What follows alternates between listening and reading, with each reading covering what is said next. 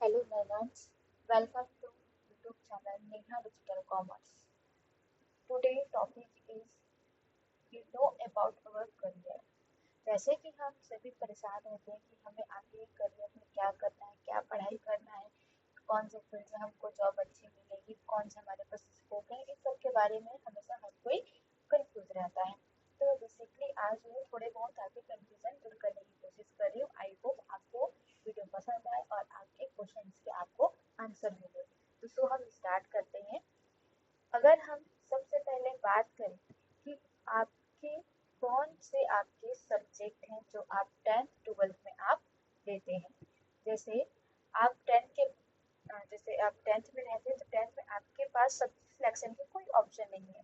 लेकिन 12th में आप जैसे 11th 12th आप जैसे पहुंचते हैं तो आपके पास सब्जेक्ट के कई ऑप्शन होते हैं कि आप कौन से सब्जेक्ट को ले रहे हैं, उसके अकॉर्डिंग आपका फ्यूचर जो है या फिर फ्यूचर में आपके स्कोप जो है वो बनते हैं। जैसे अगर हम बात करें आपके 11th में, तो 11th में कुछ बच्चे साइंस लेते हैं, कुछ बच्चे बायो लेते हैं, कुछ बच्चे आपके एग्रीकल्चर लेते हैं, कुछ बच्चे आर्ट्स लेते हैं और कुछ बच्चे कॉमर्स लेते हैं। तो सभी सब्जेक्ट के अकॉर्डिंग स्कोप और फील्ड अलग अलग होते हैं। मैं यहाँ पर आपको कॉमर्स के बारे में बता रही कि कॉमर्स फील्ड में अगर आप जाते हैं या फिर आपने 11th 12th कॉमर्स से किया है तो आपके पास आगे क्या स्कोप होंगे। अगर आप साइंस और आर्ट्स के बारे में भी अगर जानना चाहते हैं तो कमेंट में प्लीज हमें बताएं। जैसा कि मैंने आपको बताया कि हम आप कॉमर्स के बारे में आपको मैं उसमें क्या क्या स्कोप होते हैं वो मैं आपको यहाँ पर बता रही हूँ। जैसे अगर आपने 11th 12th कॉमर्स सब्जेक्ट किया है तो आपके पास बहुत सारे ऑप्शन होते हैं, बहुत सारे स्कोप होते हैं। अब ऐसा नहीं है कि आप कॉमर्स लिए तो आप सिर्फ बैंकिंग सेक्टर में जाएंगे, सिर्फ सीए बनेंगे, ऐसा जरूरी नहीं है। आप अपने अकॉर्डिंग आप अपने जिसमें आपको जिस फील्ड में आपको इंटरेस्ट है उस फील्ड के अकॉर्डिंग आप जो है अपने आगे की पढ़ाई कर सकते हैं। जैसे अगर हम बात करें यूजुअली जो बच्चे कॉमर्स वाले होते हैं वो करते हैं 3 साल का बीकॉम। ये आपका अंडर ग्रेजुएशन प्रोग्राम है जो कि आपको डिग्री देता है।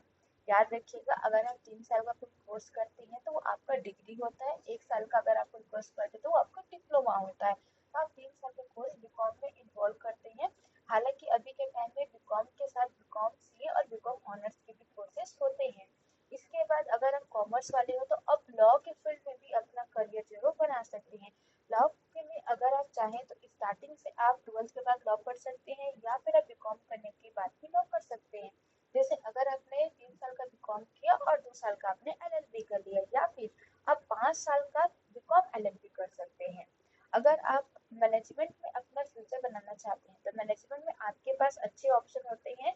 जैसे कि आपका बीबीए, एमबीए, बीपीएम और बीएमएस, ये आपको बड़े बड़ी कंपनियों और इंडस्ट्रियल एरिया में एज अ एडमिनिस्ट्रेशन या फिर मैनेजमेंट काफी अच्छे पोस्ट, काफी अच्छा पैकेज आपको मिल जाता है। अगर आप कंप्यूटर में ज्यादा इंटरेस्टेड हैं तो आप चाहें तो 12th के बाद बीसीए कर सकते हैं जो कि आपका कंप्यूटर डिग्री के 3 साल का आपका ये कोर्स होता है। इसी तरीके से अगर आप एग्रीकल्चर में या फिर आर्किटेक्चर में अगर आप अपना करियर बनाना चाहते हैं तो उधर आप वहाँ पर अपना करियर बना सकते हैं। एयर होस्टेस में आप अपना करियर बना सकते हैं या फिर आप सीएस कर सकते हैं। सीएस आपका कंपनी सेक्रेटरी होता है जो कि आपका 4 साल का कोर्स होता है। इसमें कंपनियों में जो कंपनी सचिव होते हैं ये उनका पोस्ट होता है। आप इसकी भी पढ़ाई कर सकते हैं। सीए की तरह ही आपका सीएस का भी पढ़ाई होता है। अगर आपको कॉमर्स सुटेबल नहीं लग रहा है और आगे फ्यूचर में आप कॉमर्स कंटिन्यू नहीं करना चाहते हैं तो आप स्विच करके बीए में भी जा सकते हैं या फिर आप कॉस्ट अकाउंटेंट बन सकते हैं या फिर आप सीए की पढ़ाई कर सकते हैं। सीए के लिए आपके पास ऑप्शन है, अगर आप चाहें तो 12th के बाद की पढ़ाई शुरू कर सकते हैं या फिर आप कॉलेज टाइम में भी शुरू कर सकते हैं। अगर सीए के बारे में आपको और अधिक जानकारी चाहिए होगी तो कमेंट में बताइएगा, मैं इसके बारे में फुल वीडियो आपके पास लाऊंगी। अगर आप टीचिंग के लाइन में जाना चाहते हैं, चाहे वो आपका स्कूल का टीचिंग हो चाहे आपके कॉलेज का टीचिंग हो, जैसे स्कूल में जो होते हैं वो टीचर होते हैं और अगर हम कॉलेज की बात करें तो उसमें असिस्टेंट प्रोफेसर होते हैं।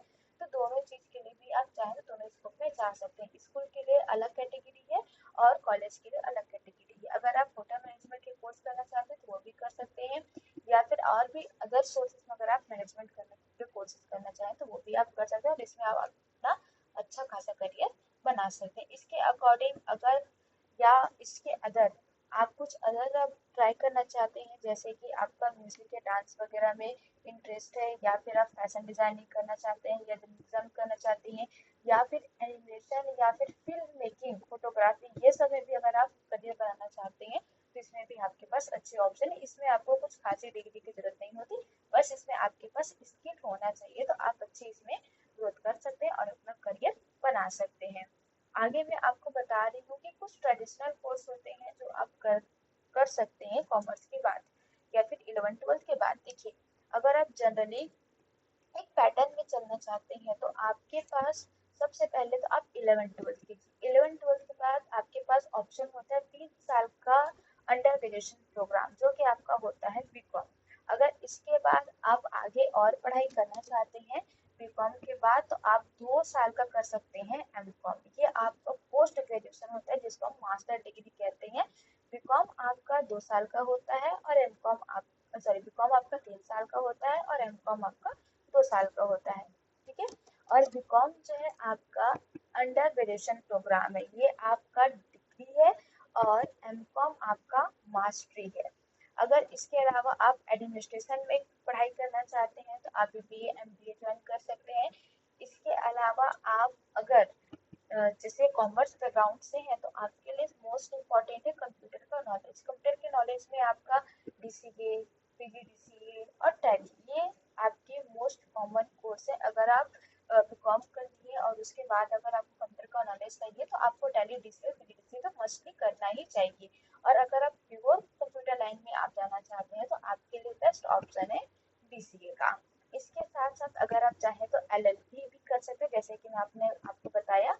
अगर आप चाहें तो एलएलबी करके लॉ अपना सकते हैं, और लॉ में आप खास तौर पे इनकम टैक्स में जो हम टैक्सेशन के काम करते हैं उसमें आपको अच्छे खासे स्कोप मिलेगा। और अगर आप टीचिंग के लाइन में जाना चाहते हैं तो आपके लिए सबसे बेस्ट ऑप्शन है बीएड, जो कि आपके यूजी के बाद होता है। जनरली हम बीकॉम के बाद जो है वो बीएड करते हैं। इसके बाद मैं आपको कुछ स्कोप बता रही हूँ कॉमर्स की, कि कहाँ कहाँ आपके पास स्कोप होते हैं और कैसे आप पढ़ाई करके उन पोस्ट पर जा सकते हैं। जिसमें सबसे मोस्ट फ्रिक्वेंटली आता है आपका चार्टर्ड अकाउंटेंसी, जिसको आप बोलते हो सीए, चार्टर्ड अकाउंटेंट। अगर आप चाहो तो सीए की पढ़ाई करके एज ए सीए भी बन सकते हो। कॉस्ट मैनेजमेंट एंड अकाउंटेंसी, जो कॉस्ट मैनेजमेंट होता है उसमें भी आप अपना करियर बना सकते हो। आप चार्टर्ड अकाउंटेंट बन सकते हो फाइनेंस के लिए भी। अगर आप चाहो तो बैंकिंग में भी ट्राई कर सकते हो, ये बैंकिंग में अपना करियर बना सकते हो। जो आपके प्राइवेट बैंक होते हैं, जो गवर्नमेंट बैंक होती है, वो सभी रेगुलरली अपनी वैकेंसी निकालती रहती है, उनके लिए आप अप्लाई करके एग्जाम फाइट करके आप बैंकिंग के सेक्टर में भी जा सकते हैं।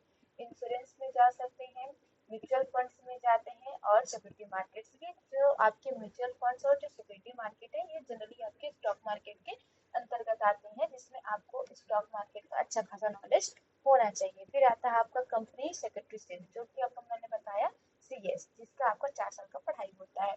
आप चाहे तो अपने लॉ में भी करियर बना सकते हैं। ऐसा नहीं है कि कॉमर्स वाले लॉ नहीं करते, कॉमर्स वाले भी लॉ करते हैं, क्योंकि कॉमर्स में आपकी इनकम टैक्स भर भर के रहता है, और इनकम टैक्स के अंदर आपको लॉ ही पढ़ाना पड़ता है। और इसके अलावा आपकी कॉर्पोरेट लॉ भी होती है, फाइनेंस मैनेजमेंट होता है, ह्यूमन रिसोर्स मैनेजमेंट होता है, जिसमें आपके मेन आते हैं एचआर। तो एचआर के लिए भी आपका ह्यूमन रिसोर्स मैनेजमेंट होता है, जो कि आपके बड़े बड़े कंपनी हो, चाहे स्कूल हो, चाहे कॉलेज हो, जो बड़े बड़े संस्थानें होते हैं उनमें नॉर्मली एचआर के पोस्ट आपके रहते हैं। अगर आप चाहें तो मार्केटिंग मैनेजमेंट कर सकते हैं, international business, corporate communication, infrastructure management, hospital management, logistic. Logistic भी आपके पास अच्छा ऑप्शन है। लॉजिस्टिक क्या होता है, जहाँ पर आप गोडाउन वगैरह में सामान स्टोर करते हैं, जहाँ पर आपका पोर्ट से सामान इंपोर्ट एक्सपोर्ट होता है, और वहाँ पर आप ईबीपी या फिर लॉजिस्टिक के थ्रू आप सारा डेटा देखते हैं, उसको हम लॉजिस्टिक का बोलते हैं। ठीक है। एक आपका सप्लाई चेन, ये आपका लॉजिस्टिक का ही पार्ट है। मार्केट रिसर्च, जिसमें आप इकोनॉमिस्ट ज़्यादा अच्छे से जानते हैं इसको। Retailer management, media management, rural management, journalism, media study. उसके बाद है corporate communication, mass communication. Mass communication में आपकी पूरी जर्नलिज्म आ जाती है। Teaching, digital marketing. अभी के टाइम में जो सबसे मोस्ट स्कोप आपका कहा जाए तो आपका डिजिटल मार्केटिंग और डेटा एनालिटिक्स। डिजिटल मार्केटिंग में जैसे हम जो बिजनेस करते हैं उसको ब्रांडिंग करना और एज अ मार्केटिंग करना ऑनलाइन मेथड या ऑनलाइन प्लेटफॉर्म में, वो आपकी डिजिटल मार्केटिंग में आते हैं। इसमें आपको आपको अच्छे खासे छोटे छोटे स्किल्स के कोर्स मिल जाएंगे जिनको आप करके इसमें अच्छा खासा करियर, अच्छा खासा अर्निंग बना सकते हैं, दोनों ही डेटा एनालिटिक में और डिजिटल मार्केटिंग में। और एक होता है आपका होटल मैनेजमेंट, इसके भी कोर्स जो है आपको मिलते हैं जिसको आप करके होटल मैनेजमेंट में भी अपना फ्यूचर बना सकते हैं। इसमें भी पैकेज आपका अच्छा होता है। अब कुछ गवर्नमेंट जॉब की बात करते हैं जो कॉमर्स के अंतर्गत आपके आते हैं, जैसे आपका SSC, staff selection commission, RRB, IBPSO, ये बैंकिंग के एग्जाम होते हैं, सीडीएस एग्जाम, एसबीआई को, सीए एग्जाम, आरबीआई भी बहुत सारे अपने पोस्ट के लिए वैकेंसी निकालते रहते हैं। तो अगर आप फाइट कर रहे हैं कॉम्पिटिशन एग्जाम को बैंकिंग के सेक्टर में, तो ये आपके लिए बहुत यूजफुल है। एसबीआई में बहुत सारे पोस्ट के लिए आप लोग के वैकेंसी निकलते रहते हैं। RRB, NTPC, Indian economic service, ये भी अगर आपका इकोनॉमिक्स में पकड़ अच्छा है तो आप इसको ट्राई कर सकते हैं। एसएससी मैथ में, एसएससी, सीजीसीएल, आईबीपीएस, क्लर्क एग्जाम, ये मेन आपके बैंक के एग्जाम में होते हैं। स्टेनोग्राफी, एलआईसी, ये आपके एजेंट के हैं और आपके स्टेट गवर्नमेंट जॉब के लिए भी अगर आप चाहें तैयारी कर रहे हैं तो आप इसमें आप अपना स्कोप देख सकते हैं या फिर अपना करियर बना सकते हैं। अब यहाँ पर मैं आपको बता रही हूँ कुछ खास एग्जाम जो कॉमर्स के अंतर्गत बिलोंग किए जाते हैं और कौन सी बॉडी उनको कंडक्ट करवाती है, उनके लिए क्या आपकी एलिजिबिलिटी होती है। अगर हम सबसे पहले बात करें तो आपका सीए का एग्जाम, जिसको हम कहते हैं चार्टर्ड अकाउंटेंट, इसको कंडक्ट करवाता है आपका institute of chartered accountant in India, ICAI. ये आपका एग्जाम को कंडक्ट करवाता है। इसके लिए आपकी एलिजिबिलिटी कम से कम 10+2 हो, मतलब आपने 12 कॉमर्स से किया हो। इसके बाद आपका चार्टर्ड फाइनेंस एनालिस्ट, सीएफए, जो कि आपका सीएफए इंस्टीट्यूट करवाता है। कंपनी सेक्रेटरी के लिए आपका आईसीएसआई और कॉस्ट मैनेजमेंट अकाउंटेंट, इसके लिए आपका एग्जाम कंडक्ट कराता है आईसीएमएआई। कैट का जो एग्जाम होता है उसको कंडक्ट करवाता है आपका आईएमएस। बैंकिंग के एग्जाम, आपको बहुत सारे बैंक है जो आपके प्राइवेट और गवर्नमेंट बैंक है जो अपने एग्जाम को कंडक्ट करवाते हैं। इंश्योरेंस के लिए भी बहुत सारी कंपनियां हैं जो अपने एग्जाम को करवाती हैं। मैथ्स के भी होते हैं आपके, मैनेजमेंट के लिए भी होते हैं आपके, जेवर एप्टीट्यूड टेस्ट होते हैं, सिंबॉलिक नेशनल एप्टीट्यूड टेस्ट होता है। सिविल सर्विस के लिए आप चाहें तो अप्लाई कर सकते हैं, रेलवे रिक्वायरमेंट देख सकते हैं, या फिर आप एसएससी के एग्जाम भी चाहें तो आप फाइट कर सकते हैं। लेकिन हाँ, एक चीज ध्यान रखिएगा, अगर आप इन एग्जाम को फाइट करते हैं तो आपके पास प्रॉपर तैयारी होनी चाहिए, क्योंकि इसमें जो एग्जाम होते हैं वो बड़े लेवल पर होता है और इसमें कंपटीशन बहुत ज्यादा होता है। तो आप यूली एग्जाम को ना करें। आई होप इसमें आपको कुछ थोड़े बहुत चीजें समझ आई हों। इसी के साथ देखिए, अगर आप टीचिंग के लाइन में जाना चाहते हैं तो टीचिंग के लाइन में भी आपके पास, जैसे मैंने बताया, आपके पास दो ऑप्शन है, एक स्कूल का और एक कॉलेज का। ठीक है, तो अगर आप जैसे स्कूल के में अप्लाई करना चाहते हैं तो स्कूल के में आपके पास कम से कम 10+12 होना चाहिए, आपका यूजी होना चाहिए और मोस्ट इम्पोर्टेंट आपके पास बीएड होना चाहिए। ठीक है, अगर आप पीजी क्लियर कर रखे हैं तो और अच्छी बात है। इसके अलावा अगर आप एंट्रेंस एग्जाम भी आपको देना पड़ता है, जो कि आपका सीटेट, सीजीटेट, और इसके बाद गवर्नमेंट द्वारा जो वैकेंसी निकाली जाती है उसमें आप अप्लाई करके एग्जाम फाइल करके आपका गवर्नमेंट जॉब में भी सिलेक्शन हो सकता है। अगर हम कॉलेज में टीचिंग की बात करें तो आपका 10+12 होना चाहिए, आपके पास यूजी और पीजी होना चाहिए। कॉलेज में ध्यान रखिएगा बीएड कंपल्सरी नहीं होता, अगर आपके पास है तो अच्छी बात है और नहीं है तो कोई इशू नहीं होता। इसमें मेन होता है आपके एंट्रेंस एग्जाम, जो कि आपके स्टेट और नेट होता है।